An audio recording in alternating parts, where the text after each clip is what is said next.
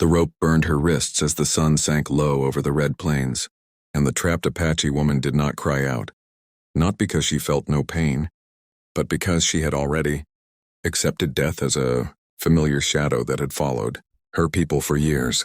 Her name was Naya, daughter of the White Mesa clan, raised among wind-carved stones and songs older than the mountains themselves. She had been captured while searching for her younger brother after soldiers burned their camp, and now she sat tied to a post outside a lonely cowboy ranch, her dark hair tangled by dust and fear, her sharp eyes watching every movement like a cornered wolf. She had seen men like this before, white, men with guns and laws that never spoke her language. She expected cruelty. She expected a bullet or worse. What she did not expect was silence.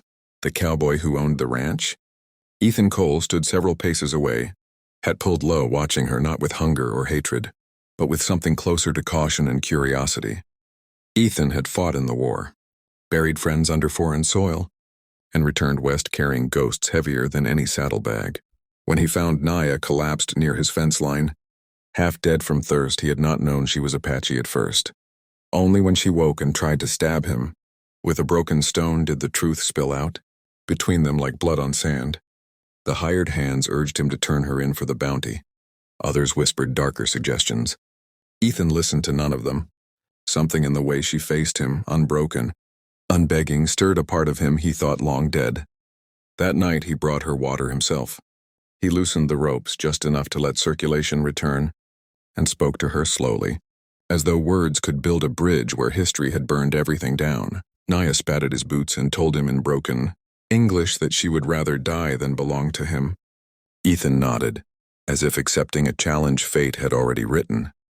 Days passed. She did not soften. He did not force. He fed her, treated the infection on her wrists, and kept the men away. The land watched them both, two survivors shaped by violence, standing on opposite sides of a wound carved across the frontier. One night raiders came, drawn by rumor of an Apache captive.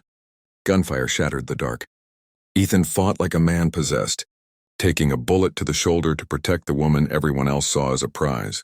When dawn broke, the ranch stood scarred but standing, and Naya looked at Ethan differently, not as an enemy, not as a savior, but as something dangerously human. He untied her completely that morning and handed her a horse, telling her she was free to go. She did not move. Freedom terrified her more than chains now, because it meant trusting the world again. And in that moment, as the wind carried the smell of smoke and blood, something irreversible shifted between them, something neither law nor tribe nor hatred could easily undo. Naya stayed not because she was forced, but because leaving felt like stepping back into a grave already dug.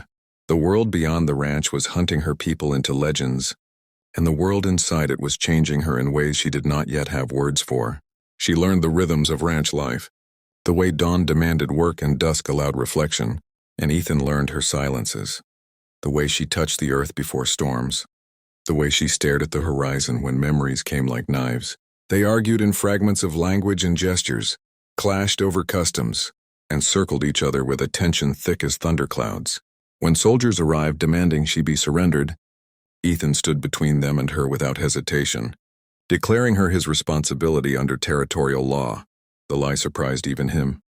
That night, knowing the protection was temporary, knowing the noose of fate tightened with every sunrise, Naya made a choice no one could have predicted. She asked Ethan to marry her. Not for love, not yet, but for survival, for alliance, for a shield forged from a world that only respected ownership. The marriage was quiet, witnessed by wind and dust and a preacher who asked no questions. The town whispered. The land listened. What began as strategy slowly, dangerously softened into something else. Ethan learned her stories, the ones soaked in grief and fire. Naya learned his regrets, the names of men he never stopped mourning. When violence came again, as it always did, they faced it together. Ethan refused a chance to abandon her for safety back east.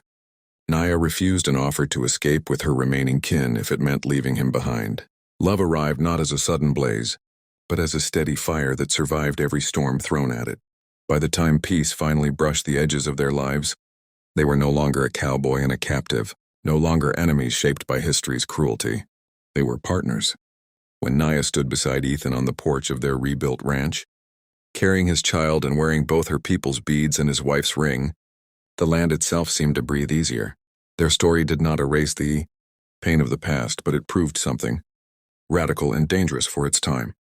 That even in a world built on blood and borders, choice could still carve a future. And as the sun set over the plains, their story stood as a reminder that the West was not only written by guns and graves, but by hearts stubborn enough to love, where hatred once ruled.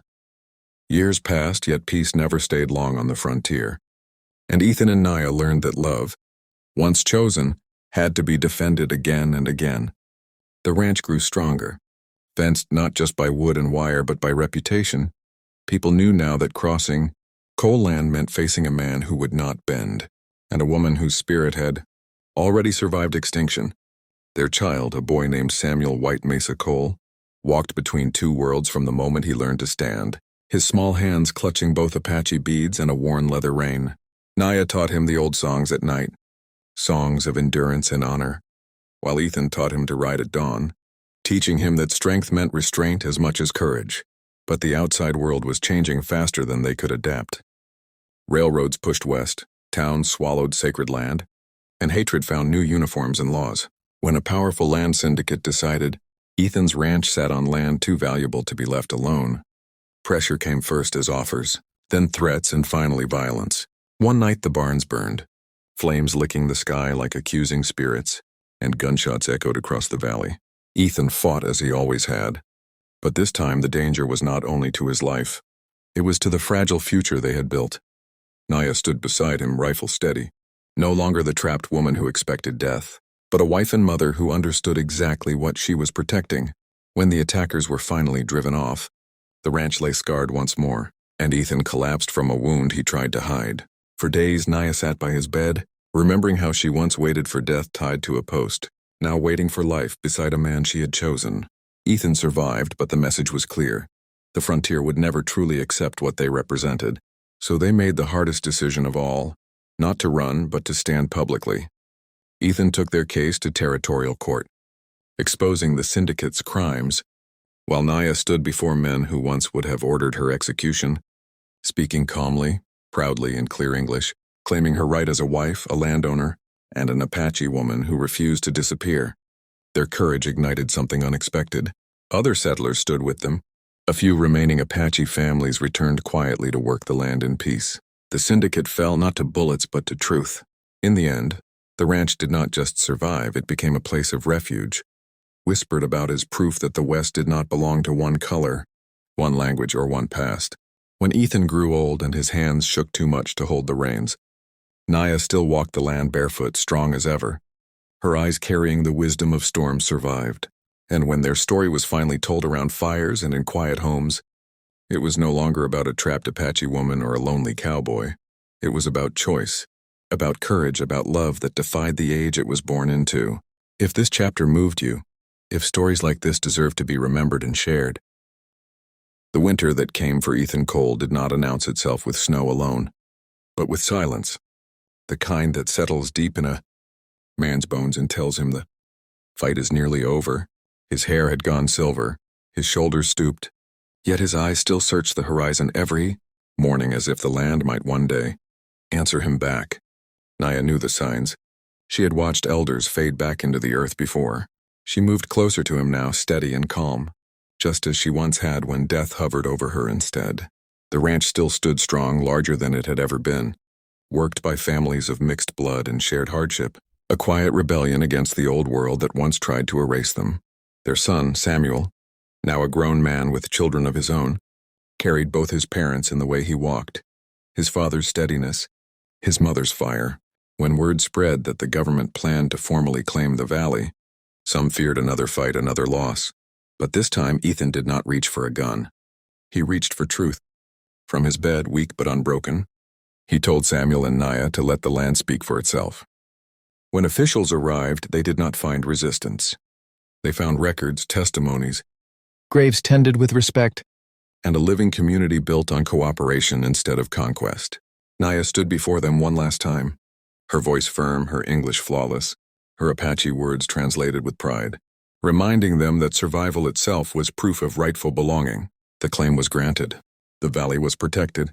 That night, As the wind moved gently through the grass like a blessing long delayed, Ethan passed quietly, his hand in Naya's, his final breath leaving not fear but peace.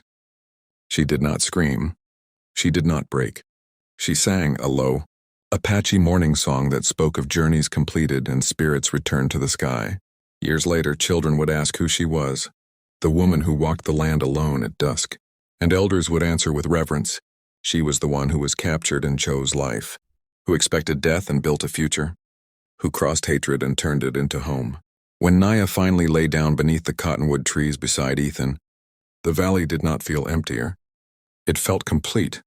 Their story lived on, not as a legend of conquest, but as proof that love, once chosen, can outlast violence, history, and time itself. If this story moved you, if you believe powerful stories can still rise from forgotten history, subscribe to the channel. Every subscription helps keep these untold Wild West stories alive, deeper, and even more emotional. Your support turns stories into legends.